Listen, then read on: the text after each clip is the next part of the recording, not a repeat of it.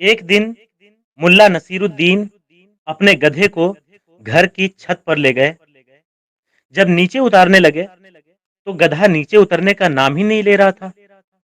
بے حد کوشش کی مگر گدھا جوں کا توں تھا اور مسلسل بضد تھا کہ نیچے ہرگز نہیں اترنا ہے۔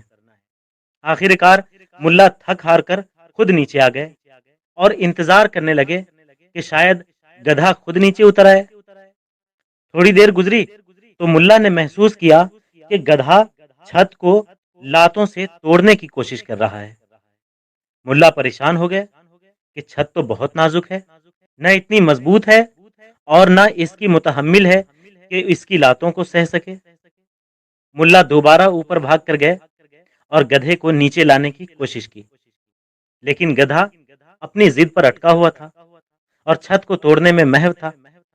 ملا آخری کوشش کرتے ہوئے اسے دوبارہ دھکا دے کر سیڑھیوں کی طرف لانے لگے کہ گدھے نے زوردار ملا کو لات مار دی اور ملا نیچے گر گئے اور پھر وہ چھت کو توڑنے لگا۔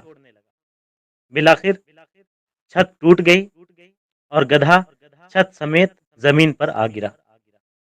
ملا کافی دیر تک اس واقعے پر غور کرتے رہے اور اس سے 3 سبق اخذ کیے۔